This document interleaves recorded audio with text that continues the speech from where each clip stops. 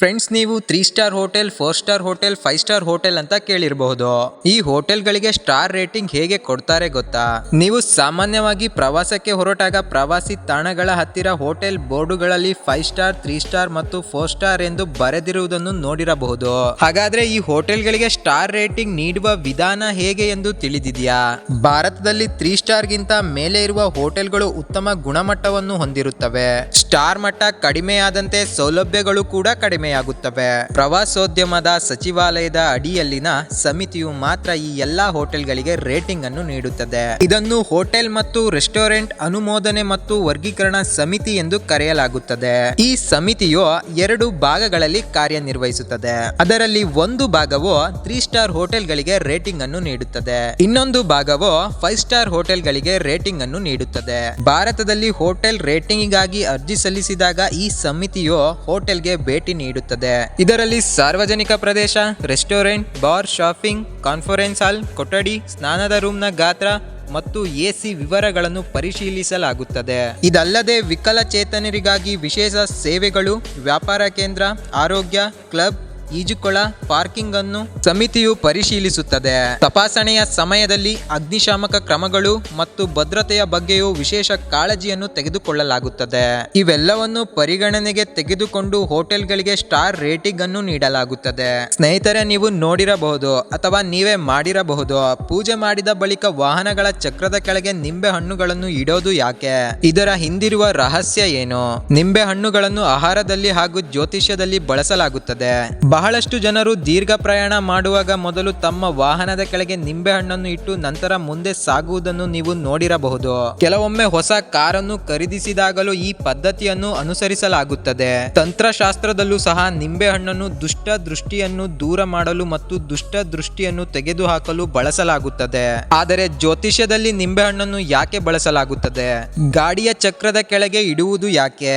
ಯಾರಾದರೂ ಹೊಸ ಕಾರು ಖರೀದಿಸಿದರೆ ಮೊದಲು ಮಾಡುವ ಕೆಲಸವೆಂದರೆ ಪೂಜೆ ಮಾಡಿಸುವುದು. ಅದೇ ಸಂದರ್ಭದಲ್ಲಿ ನೆಲದ ಮೇಲೆ ನಿಂಬೆ ಹಣ್ಣನ್ನು ಇಡುವುದು ನೋಡಿರಬಹುದು. ಇದಕ್ಕೆ ಕಾರಣವೇನೆಂದರೆ ನಿಂಬೆ ಹಣ್ಣು ಪ್ರತಿಯೊಂದು ಸಮಸ್ಯೆಯನ್ನು ನಿವಾರಿಸುತ್ತದೆ ಎಂದು ಜ್ಯೋತಿಷ್ಯದಲ್ಲಿ ಹೇಳಲಾಗಿದೆ. ಹೊಸ ಕಾರು ಚಾಲನೆ ಮಾಡುವಾಗ ಯಾವುದೇ ಅಪಘಾತಗಳು ಸಂಭವಿಸದೇ ಇರಲಿ ಎಂದು ಮೊದಲು ನಿಂಬೆ ಹಣ್ಣನ್ನು ಪುಡಿ ಮಾಡಲಾಗುತ್ತದೆ.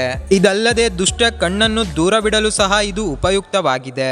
ನಿಂಬೆ ಹಣ್ಣು ಶುಕ್ರ ಮತ್ತು ಚಂದ್ರನಿಗೆ ಸಂಬಂಧಿಸಿದೆ. ನಿಂಬೆ ಹಣ್ಣಿನ ಹುಳಿ ಶುಕ್ರ ಗ್ರಹಕ್ಕೆ ಸಂಬಂಧಿಸಿದೆ. ಅದರ ರಸವು ಚಂದ್ರನಿಗೆ ಸಂಬಂಧಿಸಿದೆ ಎಂದು ಹೇಳಲಾಗುತ್ತದೆ. ಇದು ಹೊಸ ವಾಹನದ ಸುತ್ತಲೂ ನಕಾರಾತ್ಮಕ ಶಕ್ತಿಯನ್ನು ದೂರವಿಡುತ್ತದೆ. ಪ್ಯಾಂಟಿನ ಹಿಂಬದಿಯ ಜೇಬಲ್ಲಿ ಪರ್ಸ್ ಇಟ್ಟರೆ ಎಷ್ಟೆಲ್ಲ ಸಮಸ್ಯೆ ಉಂಟು ಮಾಡುತ್ತದೆ ಎಂದು ಗೊತ್ತಿದೆಯಾ? ಈ ದಿನಗಳಲ್ಲಿ ಪ್ರತಿಯೊಬ್ಬರು ಒಂದಲ್ಲ ಒಂದು ಹಂತದಲ್ಲಿ ಬೆನ್ನು ನೋವಿಂದ ಬಳಲುತ್ತಿದ್ದಾರೆ. ನಿಮಗೆ ಗೊತ್ತಾ? ಪ್ಯಾಂಟ್ ಜೇಬಿನಲ್ಲಿ ಪುರುಷರು ಪರ್ಸ್ ಇಟ್ಟುಕೊಳ್ಳುವುದರಿಂದ ಸಹ ಬೆನ್ನು ನೋವಿಗೆ ಕಾರಣವಾಗಬಹುದು. ಹಿಂಬದಿಯ ಜೇಬಿನಲ್ಲಿ ಪರ್ಸ್ ಇಟ್ಟುಕೊಂಡು ಹೆಚ್ಚಿನ ಸಮಯ ಕುಳಿತುಕೊಳ್ಳುವುದು ಈ ಸಮಸ್ಯೆಗೆ ಕಾರಣವಾಗುತ್ತದೆ. ಅಮೆರಿಕದ ವಿಶ್ವವಿದ್ಯಾಲಯದ ಸಂಶೋಧಕರು ಈ ವಿಷಯದ ಬಗ್ಗೆ ಅಧ್ಯಯನವನ್ನು ನಡೆಸಿದರು. ಪ್ಯಾಂಟ್ ಹಿಂಬದಿಯ ಜೇಬಿನಲ್ಲಿ ಪರ್ಸ್ ಇಟ್ಟುಕೊಳ್ಳುವುದರಿಂದ ಹಲವರು ಕಾಲು ನೋವು, ಬೆನ್ನು ನೋವಿನಿಂದ ಬಳಲುತ್ತಿರುವುದು ಕಂಡು ಬಂದಿದೆ.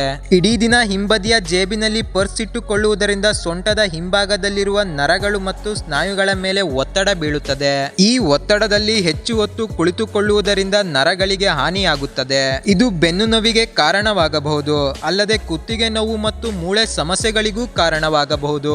ಈ ಅಭ್ಯಾಸ ನಿಮಗಿದ್ದರೆ ಹಿಂಬದಿಯ ಜೇಬಿನಲ್ಲಿ ಪರ್ಸ್ ಇಟ್ಟುಕೊಳ್ಳುವುದನ್ನು ನಿಲ್ಲಿಸಿಬಿಡಿ. ಪರ್ಸ್ ಅನ್ನು ಮುಂಭಾಗದ ಪಾಕೆಟ್ ಅಥವಾ ಬ್ಯಾಗಿನಲ್ಲಿ ಇರಿಸಿ. ಹೀಗೆ ಮಾಡುವುದರಿಂದ ನಿಮ್ಮ ಪರ್ಸ್ ಕೂಡ ಕಳ್ಳರಿಂದ ಸುರಕ್ಷಿತವಾಗಿರುತ್ತದೆ. ಭಾರತದಲ್ಲಿ ಅತಿ ಹೆಚ್ಚು ದೇವಾಲಯಗಳು ಹೊಂದಿರುವ ರಾಜ್ಯ ಯಾವುದು ಗೊತ್ತಾ?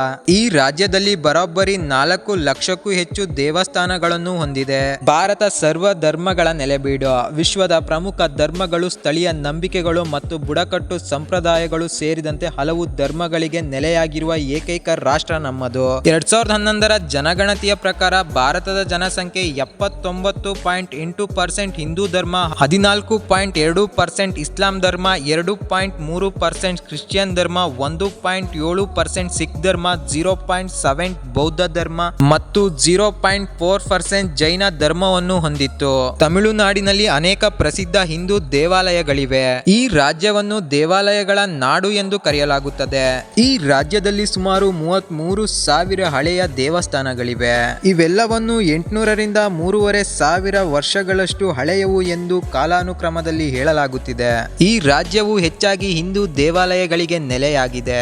ಇದನ್ನು ಭಾರತದಲ್ಲಿ ಅತಿ ಹೆಚ್ಚು ದೇವಾಲಯಗಳನ್ನು ಹೊಂದಿರುವ ರಾಜ್ಯವೆಂದು ತಮಿಳುನಾಡನ್ನು ಕರೆಯಲಾಗುತ್ತದೆ. ಇಲ್ಲಿನ ಹಿಂದೂ ದತ್ತಿ ಮಂಡಳಿಯ ಪ್ರಕಾರ ಇಲ್ಲಿ ಸುಮಾರು 4 ಲಕ್ಷಕ್ಕೂ ಹೆಚ್ಚಿನ ದೇವಾಲಯಗಳಿವೆ.